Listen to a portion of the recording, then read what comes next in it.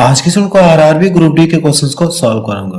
13 सितंबर को जो क्वेश्चन पूछे गए थे ऑल शिफ्ट में, आप लोगों के माध्यम से मुझे कुछ क्वेश्चंस मिले थे, उन क्वेश्चनों को इसमें सॉल्व कराऊंगा। तो चलिए अब शुरू करते हैं।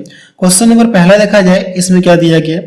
एक व्यक्ति 3 समान दूरी को 6 किलोमीटर प्रति आवर्स, 8 किलोमीटर प्रति आवर्स और 5 किलोमीटर प्रति आवर्स की गति से तय करता है, तो उसकी औसत गति, औसत चाल आपसे पूछा गया। तो उसकी औसत चाल आपसे पूछा गया कि उसकी औसत चाल कितनी होगी।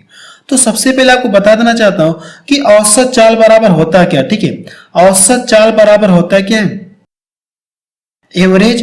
ठीक है, औसत चाल एवरेज स्पीड बराबर।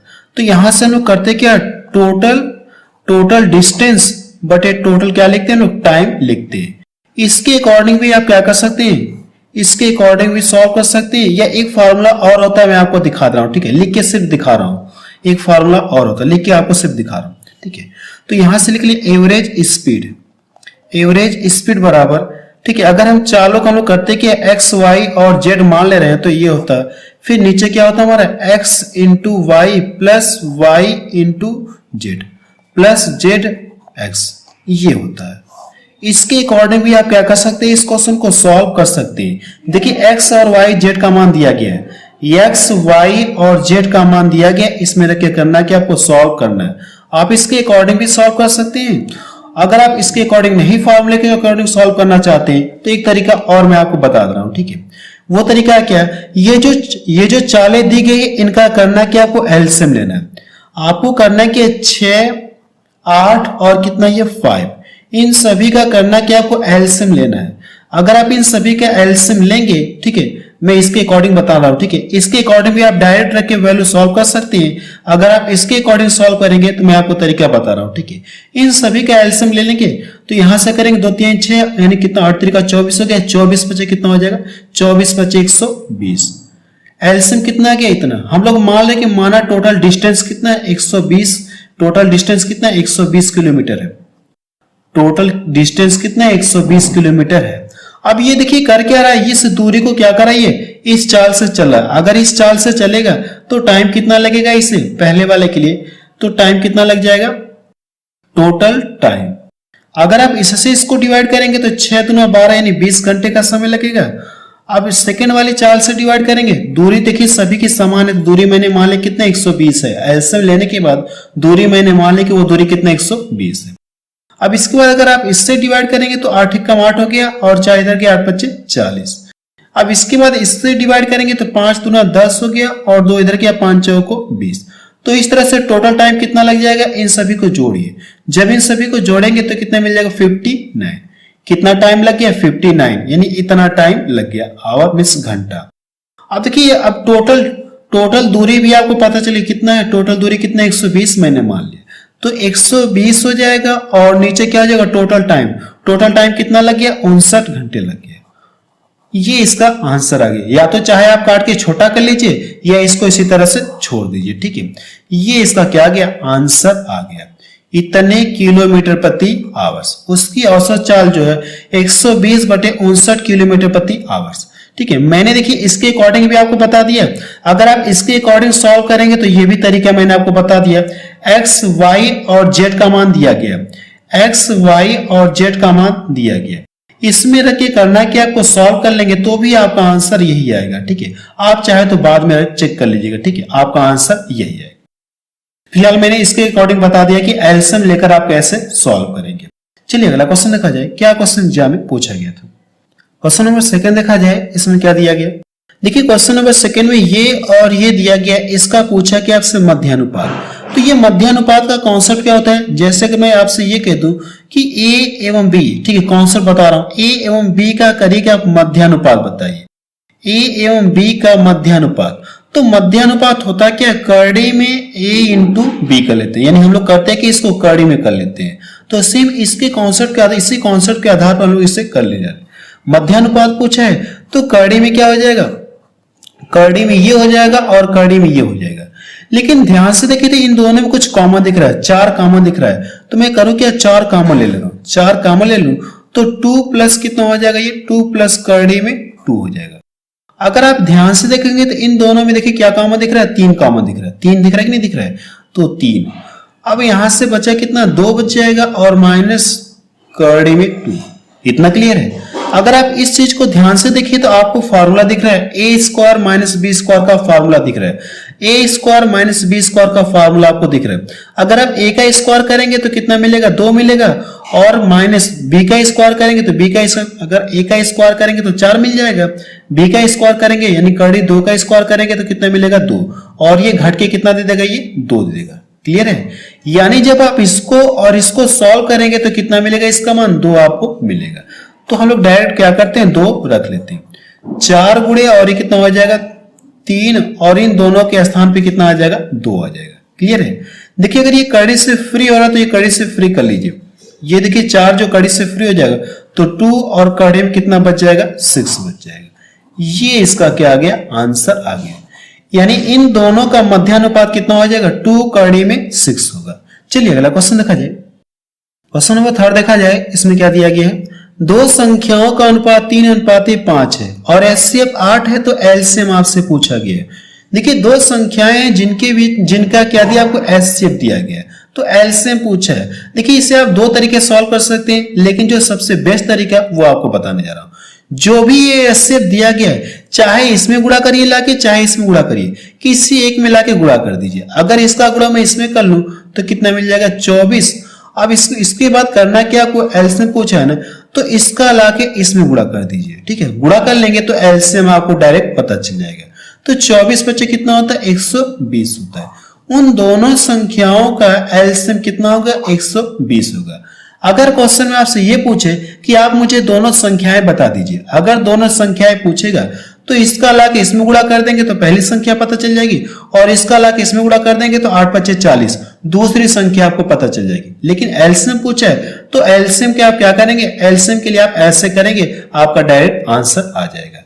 चलिए अगला क्वेश्चन देखा जाए। क्वेश्चन नंबर 4 देखा जाए। इसमें क्या दिया गया है, ए किसी कार्य को 15 दिन में, ए और बी उसी काम को 10 दिनों में करते हैं, बी अकेला उस काम को कितने दिन में करेगा, इसमें हमसे ये पूछा गया। देखिए ये कहा गया कि ए किसी कार्य को कितने दिन में कराइए, 15 दिन में, और जो दोनों मिलकर यानी ए प्लस बी दोनों मिलकर कितने दिन में करने के लिए कह रही है, 10 दिन में। तो इन दोनों का हम लोग करते क्या, एलसीएम निकालते हैं। तो इन दोनों का एलसीएम कितना आ जाएगा, 30 आ जाएगा। 5 से ये भी कट रहा है, 5 से ये भी कट रहा है, किसी को काटिए, 5 × 3 = 15, 3 का लाके इसमें गुणा कर देंगे तो एलसीएम कितना आ गया, 30।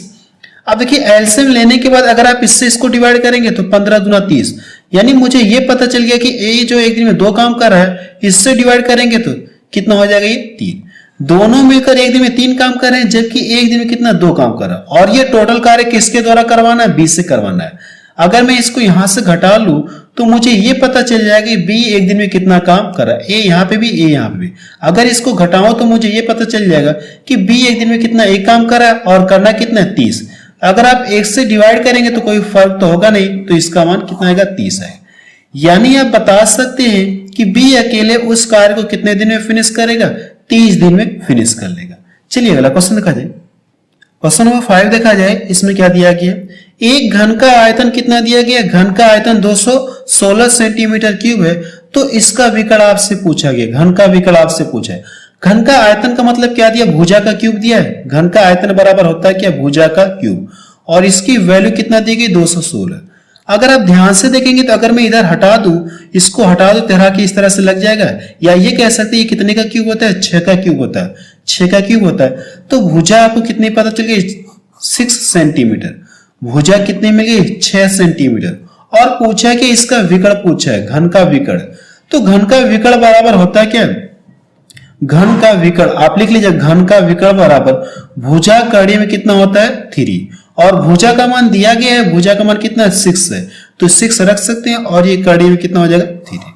ये इसका क्या आ गया, आंसर आ गया। घन का विकर्ण आपको कितना मिल गया, 6 कड़ी में 3। चलिए अगला क्वेश्चन देखा जाए। क्वेश्चन नंबर 6 देखा जाए। इसमें क्या दिया गया है, क्वेश्चन नंबर 6 में x - 1/x = 6 है, तो इसका मान आपसे पूछा गया x³ - 1/x³ का मान किसके बराबर होगा। ठीक है, देखिए इसका कॉन्सेप्ट क्या होता है, इसका ये कॉन्सेप्ट होता है, अगर क्यूब वाले का फॉर्मेट पूछे तो इसका ये कॉन्सेप्ट होता है कि हम लोग करते क्या, यानी n का क्यूब माइनस हम लोग करते क्या, सॉरी माइनस माइनस है ना, तो माइनस माइनस हम लोग करते क्या, प्लस कर लेते हैं, 3n कर लेते हैं। ठीक है, ये देखिए जो साइन वाला कॉन्सेप्ट होता है मैं आपको बता दे रहा हूं, अगर दोनों साइन क्या हो, प्लस प्लस हो, दोनों साइन प्लस प्लस हो, तो यहां पे हम लोग जो साइन लेते हैं वो करते क्या, माइनस साइन लेते हैं। क्लियर है, अगर यहां पे दोनों पे क्या रहे, प्लस प्लस साइन रहे, तो यहां पे हम लोग क्या करेंगे, माइनस साइन लेंगे। अगर मैं मान लो कि जैसे पहला प्लस हो जाए, दूसरा क्या हो जाए, माइनस हो जाए, पहला प्लस हो जाए, दूसरा क्या हो, माइनस हो, तो इस कंडीशन में क्या करते हैं, प्लस का साइन लेते हैं। अगर पहला माइनस हो जाए, दूसरा क्या हो जाए, प्लस हो जाए, पहला माइनस हो जाए, दूसरा प्लस रहे, तो यहां पे कौन सा साइन लेंगे हम लोग, तो भी हम लोग क्या करेंगे, प्लस का साइन लेते हैं। क्लियर है, अगर दोनों साइन माइनस माइनस हो जाए, तो भी हम लोग करते क्या, प्लस का साइन लेते हैं। ये देखिए मैंने आपको साइन का भी कॉन्सेप्ट बता दिया, कब जोड़ना है कब घटाना है, ये मैंने आपको क्लियर कर दिया।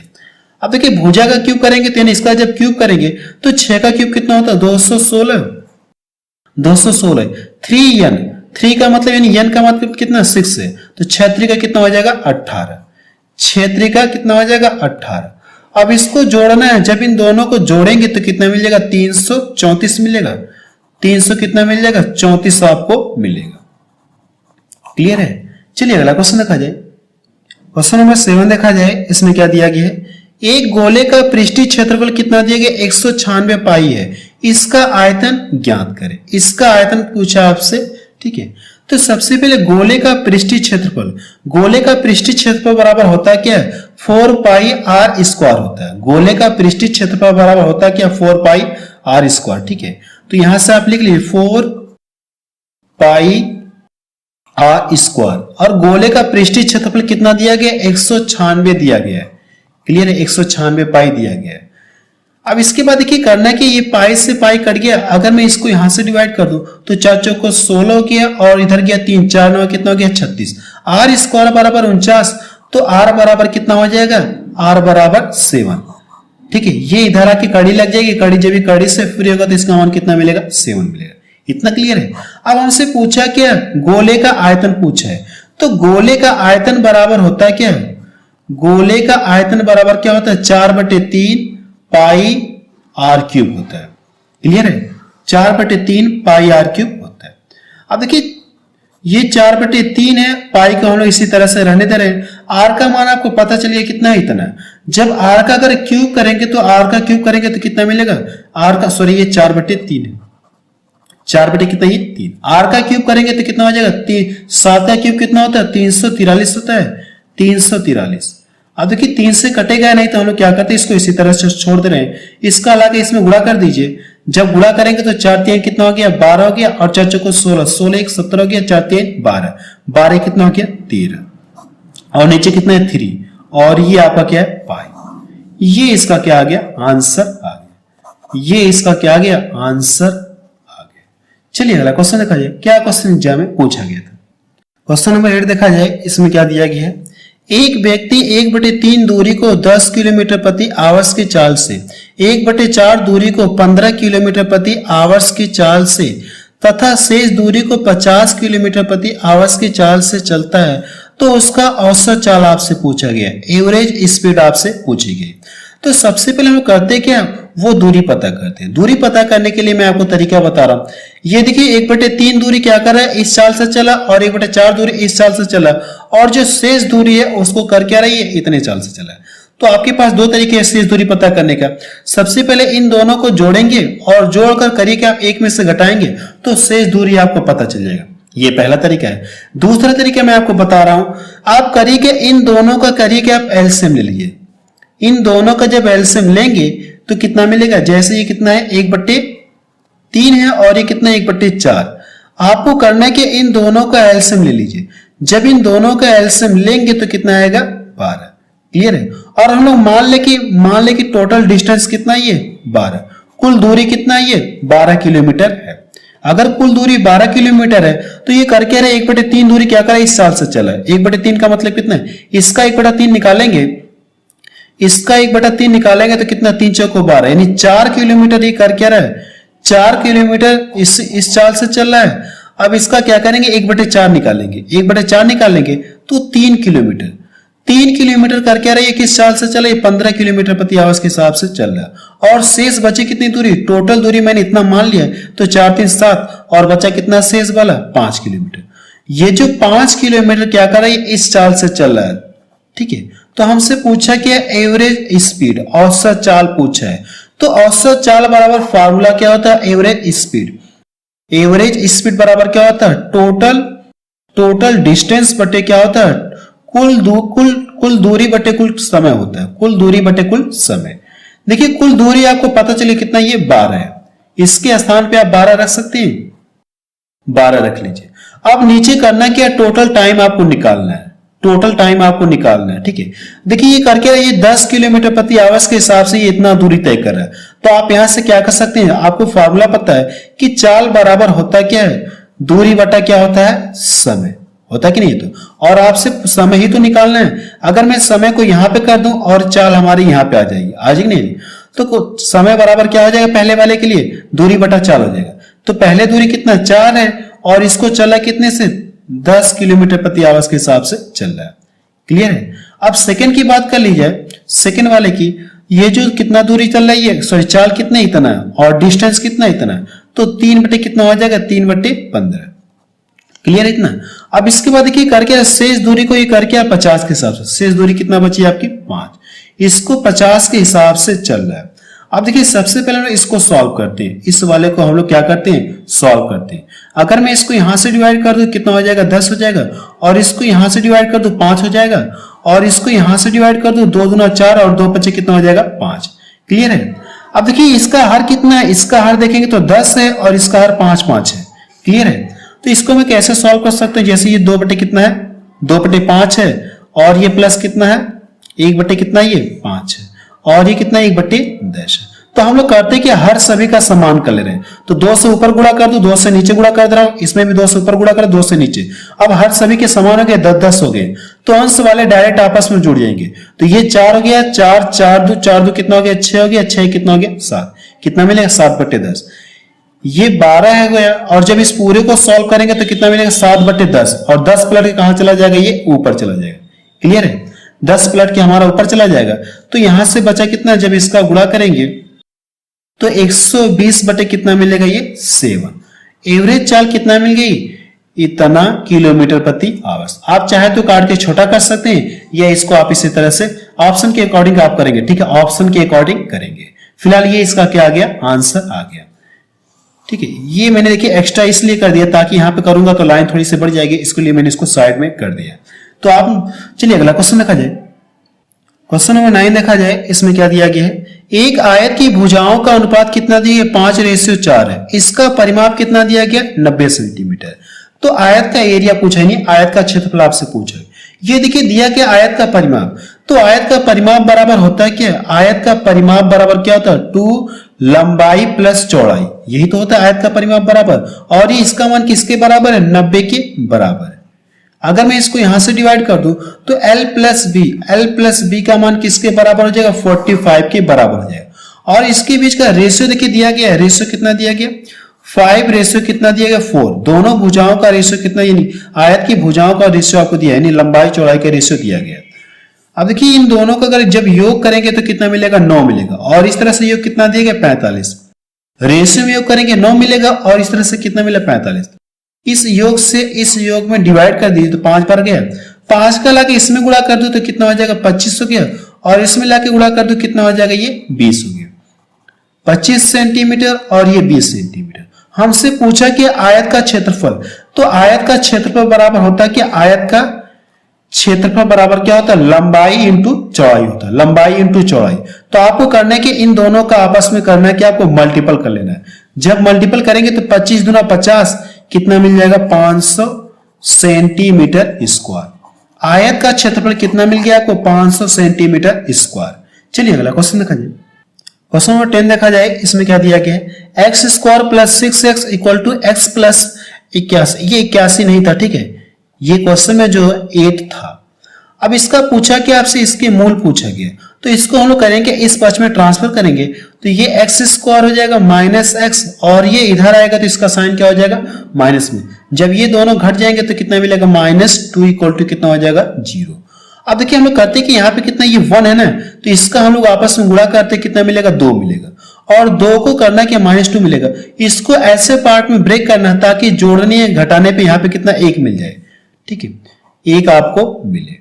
तो आप कैसे कर सकते हैं, -2 और ये कितना हो जाएगा 1। जब इन दोनों का मल्टीपल करेंगे तो आपको इतना मिलेगा, जब इन दोनों को घटाएंगे तो यहाँ पे कितना ये 1 है ना, यहाँ पे कितना 1, तो 1 आपको मिल जाएगा। जब घटाएंगे तो 1 आपको मिलेगा, माइनस का 1 मिलेगा। अब अगर मूल पूछा है तो मूल के लिए करना कि ये जो साइन मिला है, साइन क्या हो जाएगा हमारा, चेंज हो जाएगा। साइन आप चेंज कर दीजिए बस, और कुछ नहीं करना है, मूल आपको पता चल जाएगी, मूल आपको पता चल जाएगी। अगर आप साइन चेंज करेंगे तो ये प्लस में हो जाएगा और ये वाला क्या हो जाएगा, माइनस, यानी अल्फा और बीटा का मान आपको पता चल गया। चलिए अगला क्वेश्चन देखा जाए। क्वेश्चन नंबर 11 देखा जाए। इसमें क्या दिया गया, एक समद्विबाहु त्रिभुज के बराबर भुजाएं, एक समद्विबाहु त्रिभुज की बराबर भुजाएं 5 सेंटीमीटर की हैं, तीसरी भुजा कितनी 8 सेंटीमीटर की है, तो त्रिभुज का क्षेत्रफल आपसे पूछा गया। अगर मैं समबाहु त्रिभुज का, समद्विबाहु त्रिभुज का फिगर बनाऊं तो ऐसे कुछ बनेगा, ठीक है, ऐसे फिगर आपका बनेगा, या थोड़ा सा मैं बड़ा बना ले रहा हूं, थोड़ा सा बड़ा बना ले रहा हूं। अगर समद्विबाहु त्रिभुज का त्रिभुज बनाओ तो ऐसे बनेगा। अब इसमें देखिए ये दोनों भुजाएं क्या होती है, बराबर होती है, और एक भुजा क्या होती है, ये असमान होती है, ठीक है। अगर मैं मान लो ये जैसे कितना, दो भुजाएं कितना 5-5 सेंटीमीटर दिया गया, 5 सेंटीमीटर 5 सेंटीमीटर, तो ये टोटल कितना हो गया, ये 8 सेंटीमीटर। तीसरी भुजा कितनी, 8 सेंटीमीटर दिया गया। तो पूछा क्या हमसे, इसका एरिया पूछा गया। अगर देखिए यहां से यहां लंब डाल दिया जाए, यहां से यहां लंब डाल दिया जाए, अगर ये टोटल कितना, ये टोटल कितना, ये 8 है, तो ये 4 हो जाएगा, ये भी कितना हो जाएगा, 4 हो जाएगा। अगर ध्यान से देखेंगे तो आपको ये ट्रायंगल दिख रहा है, दिख रहा है कि नहीं दिख रहा है, ये आपको एक ट्रायंगल दिख रहा है, क्लियर है। अगर ये ट्रायंगल दिख रहा है तो ये कितना है, ये 5 है, ये 4 है, तो ये कितना होगा, 3 होगा, 3 होगा त्रिभुज के ट्रायंगल से, ठीक है। ट्रिपलेट का फॉर्मेट देखेंगे तो ट्रिपलेट का फॉर्मेट क्या मिलता है आपको, 3 4 5 का कॉम्बिनेशन ये मिलता है ट्रिपलेट से, ये हमारा क्या आ जाएगा, 3 आ जाएगा। हमको निकालने की भी जरूरत नहीं है, अगर आप निकालेंगे, अगर आप ध्यान से देखेंगे तो आपको एक समकोण त्रिभुज दिख रहा है, तो पाइथागोरस प्रमेय से आप क्या कर सकते हैं, ये भुजा आप पता कर सकते हैं। लेकिन मुझे पता नहीं करना है क्योंकि मुझे ट्रिपलेट पता है, तो इसलिए हम लोग डायरेक्ट यहाँ पे लिख दे रहे हैं। अब हमसे पूछा कि इसका एरिया पूछा है, तो इसका एरिया पूछा है तो आप लिख लीजिए समद्विबाहु त्रिभुज का क्षेत्रफल, समद्विबाहु त्रिभुज का क्षेत्रफल बराबर क्या हो जाएगा, 1/2 आधार इंटू ऊंचाई, आधार इंटू ऊंचाई। देखिए इसके निकालने की मुझे इसलिए जरूरत पड़ी ताकि मुझे ऊंचाई यहाँ पे पता, यहाँ पे है ना, इसलिए ऊंचाई निकालने की जरूरत पड़ गई। 1/2 हो गया, आधार कितना दिया गया 8 है, और ऊंचाई कितना मिल गया 3। इसको यहां से डिवाइड कर दूंगा 4 बार में, और इसका आपस में मल्टीपल कर ले, 4 3 कितना हो जाएगा, ये 4 3 कितना हो जाएगा, ये 12 सेंटीमीटर स्क्वायर। ये इसका क्या आ गया, आंसर आ गया। चलिए अगला क्वेश्चन देखा जाए। क्वेश्चन नंबर 12 देखा जाए। इसमें क्या दिया गया, एक गाड़ी 20 किलोमीटर प्रति घंटे की चाल से किसी दूरी को 25 मिनट में तय करती है, 25 मिनट में तय करती है। यदि चाल को 5 किलोमीटर प्रति आवर्स 5 किलोमीटर प्रति घंटा बढ़ा दिया जाए तो उतनी ही दूरी तय करने में कितना टाइम लगेगा, यानी डिस्टेंस क्या सेम है। अगर डिस्टेंस सेम है तो आपको पता है कि डिस्टेंस बराबर होता है, चाल बराबर दूरी बटा समय होता है, चाल बराबर दूरी बटा समय। तो डिस्टेंस बराबर क्या हो जाएगा, यहां से डिस्टेंस बराबर क्या हो जाएगा, चाल इंटू समय, यही तो होगा। अगर दूरी दोनों के समान है, दूरी दोनों के समान है, तो यहां से ये आपस में इक्वल हो जाएगी नहीं। पहले वाले की जो चाल इंटू समय लगेगा और दूसरे वाले की जो चाल और समय लगेगा, दोनों आपस में क्या होंगे, इक्वल।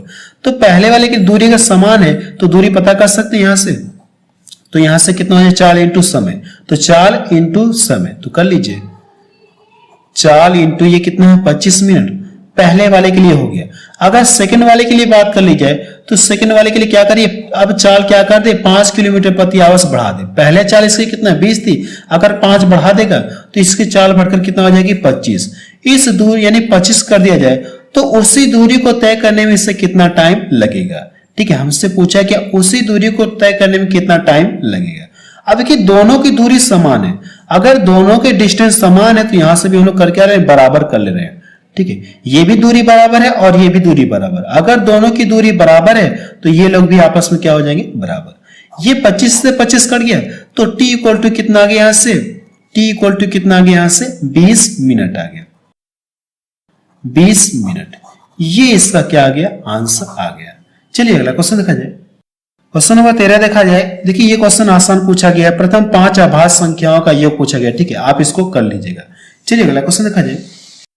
देखिए क्वेश्चन नंबर 14 में क्या दिया गया है, 25 और 36 का मध्यानुपात आपसे पूछा गया। इन दोनों का मध्यानुपात पूछा है, तो जैसे मैं ये लिख दूं कि A एवं B का मध्यानुपात, A एवं B का मध्यानुपात आप बताइए। तो इसका कॉन्सेप्ट यही होता है कि करड़ी में A इंटू B होता है, कॉन्सेप्ट इसका यही होता है। तो करना क्या, इस कॉन्सेप्ट के आधार पे इसको कर लेंगे। तो करड़ी में कितना हो जाएगा, ये करड़ी में 25 इंटू कितना हो जाएगा, 36। देखिए जब ये 25 करड़ी से फ्री होगा तो 5 देगा और 36 होगा तो कितना, 6। तो 5 6 कितना आ जाएगा, 30। ये इसका क्या आ गया, आंसर आ गया। चलिए अगला क्वेश्चन देखा जाए। क्वेश्चन नंबर 15 देखा जाए। इसमें क्या दिया गया है, ए और बी की आयु का योगफल कितना दिया गया, 80 वर्ष।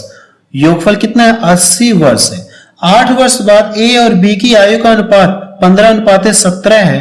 8 वर्ष बाद ए और बी की आयु का अनुपात कितना होगा, इतना होगा। तो ए की वर्तमान आयु आपसे पूछा गया, ठीक है। अब देखिए कहा कि 8 वर्ष बाद इनके बीच का रेशियो कितना होगा, 15 रेशियो कितना होगा, 17 हो जाएगा 8 साल बाद। तो सबसे पहले लिख लीजिए ए बी, रेशियो जो दिया गया ये कितना, 15 रेशियो 17। ये कब होगा, कब होगा, ये 8 साल बाद होगा, 8 ईयर आफ्टर। क्लियर है, 8 साल बाद ये रेशियो होगा। और दोनों की जो वर्तमान आयु का योग कितना दिया गया है का मतलब क्या, वर्तमान आयु का योग कितना दिया गया, वर्तमान आयु का योग कितना दिया गया दोनों का, ये 80 वर्ष है। क्लियर है। देखिए जो आयु का योग दिया गया ये कितना, ये तो, और जो आयु का योग दिया गया है ये तो वर्तमान का, लेकिन ये रेशियो क्या बाद का दे दिया गया है, कितने वर्ष बाद का दे दिया गया, 8 साल बाद का दिया गया। क्लियर है। अब क्या ये दोनों समान है क्या, ये दोनों समान नहीं। तो समान करने के लिए करना कि ये रेशियो बाद का दिया गया है और आयु का योग क्या दिया गया, आयु का योग आज का दिया गया। 8 साल बाद दिया गया है तो देखा जाए तो 8 साल ए भी बढ़ेगा और 8 साल क्या होगा, बी भी बढ़ेगा। दोनों 18 साल बढ़े होंगे, 18 साल बढ़ेंगे तो दोनों को जोड़ी करिएगा 8 8 16। अगर आप इसमें 16 जोड़ लेंगे, जब इसमें 16 जोड़ेंगे तो कितना मिलेगा, 96 वर्ष। अब ये 96 वर्ष इनकी आयु का योग कब होगा, 8 साल बाद होगा। जब का ये रेशियो है तब का मुझे इनकी आयु का योग भी पता चल गया। क्लियर है। अब करना है कि अगर दोनों की आयु का योग कितना 96 वर्ष है तो रेशियो में दोनों को जोड़िए। जब जोड़ेंगे तो कितना मिल जाएगा, ये 7 5 12 और ये कितना आ गया 3 32। रेशियो में कितना 32 हो रहा है, लेकिन इस तरह से कितना है 96। तो 32 से करना है कि आप डिवाइड कर दीजिए। जब इसको डिवाइड करेंगे तो भाग कितनी बार जाएगी, यहां से इसको डिवाइड करेंगे तो 3 बार में ये कटेगा। अब किसकी आयु पूछा, ए की वर्तमान आयु पूछा, तो ए वाले मिला के गुणा कर दीजिए। जब ए वाले मिला के गुणा करेंगे तो 15 तिया कितना हो जाएगा 45, 15 तिया कितना हो जाएगा 45, 45 वर्ष। ए की आयु मिल गई, लेकिन कब की मिल गई, 8 साल बाद की मिली है, 8 साल बाद। और हमसे पूछा कि वर्तमान आयु पूछा है, तो वर्तमान अगर 8 साल बाद जो ए जो 8 साल बाद इतने वर्ष का होगा तो वर्तमान आयु पता करने के लिए इसमें से 8 घटा देंगे तो ए की वर्तमान आयु आपको पता चल जाएगी। ठीक है, ए की वर्तमान आयु आपको पता चल जाएगी। जब इसमें से घटाएंगे, इसको घटाइए कितना मिलेगा, यहां से 8 5 यानी 15 7 हो गया, और यहां से घटाएंगे तो कितना हो जाएगा, ये 3। क्लियर है। कितना हो गया, ये 37 वर्ष। कितना हो गया, 37 वर्ष। ये इसका क्या आ गया, आंसर आ गया। देखिए इसमें करना क्या है, एक बार आपको फिर से बता दे रहा हूं। ये जो रेशियो ये कब का दिया गया, 8 वर्ष बाद इतना होगा। ठीक है, 8 वर्ष बाद रेशियो ये होगा, तो मैंने यहां पे लिख लिया। और ये जो आयु का योग दिया गया, ये क्या वर्तमान का दिया गया, दोनों समान नहीं। ये क्या, ये 8 साल बाद का रेशियो दिया गया और ये आयु का योग वर्तमान का, दोनों समान नहीं है। तो दोनों को समान करने के लिए अगर देखा है तो 8 साल ये बढ़ा होगा, 8 साल बी भी बढ़ा होगा, दोनों 18 साल बढ़े होंगे। अगर मैं 8 8 इसमें यानी 16 जोड़ दूं तो मुझे ये पता चल जाएगा कि 8 साल बाद दोनों की आयु का योग कितना हो जाएगा, 96 वर्ष। अब आयु का योग भी क्या है, 8 साल बाद का, रेशियो भी 8 साल बाद का। तो यहां से दोनों को जोड़ करके इसमें डिवाइड कर लीजिए, भाग 3 बार गई। अब ए की आयु पूछा है तो ए वाले मिला के गुणा कर दिए, 15 3 45। ए की आयु आपको मिल गई, लेकिन कब की मिल गई आपको, 8 साल बाद की मिली। 8 साल बाद का ये रेशियो ना, तो 8 साल बाद की मिली है। तो वर्तमान आयु पता करने के लिए इसमें से 8 घटा लेंगे, आपको क्या आ जाएगा, आंसर आ जाएगा। ठीक है, बस अब रहने दे रहे हैं। तो आप मुझे कमेंट सेक्शन में जाके बताएं कि ये वीडियो आपको कैसा लगा। ठीक है, यह एक क्वेश्चन और है, उसको भी आपको बता रहा हूं। ठीक है, एक क्वेश्चन देखिए और मेरे पास है। देखिए अब इस तरह से दिया गया, इसका मान आपसे पूछा गया। देखिए 11 की पावर 0, 21 की पावर 0, तो आपको पता है कि किसी भी संख्या की पावर 0 है तो उसका मान कितना होता है। अगर किसी भी संख्या की पावर 0 है तो इसका मान हमेशा कितना होता है, 1 होता है। तो एक इसका भी मान मिलेगा, एक ये भी देगा, और ये एक ये भी देगा, और ये क्या देगा, एक ये भी देगा। क्लियर है। और ये हमारा इसका भी मान कितना मिलेगा, 1 मिलेगा। देखिए करना है कि ये माइनस में और ये प्लस में, तो ये दोनों आपस में कट जाएंगे और इन दोनों को जोड़ेंगे तो कितना, 2 हो गया। 2 का लाके इसमें 1 में गुणा करेंगे तो कोई फर्क तो होगा नहीं, तो कितना मिलेगा, 2 ही मिलेगा। ठीक है, इतने ही क्वेश्चन मुझे मिले थे आप लोगों के माध्यम से, मैंने इन क्वेश्चनों को आपको सॉल्व करके दिखा दिया। तो आप मुझे कमेंट सेक्शन में जाके बताइए कि ये वीडियो आपको कैसा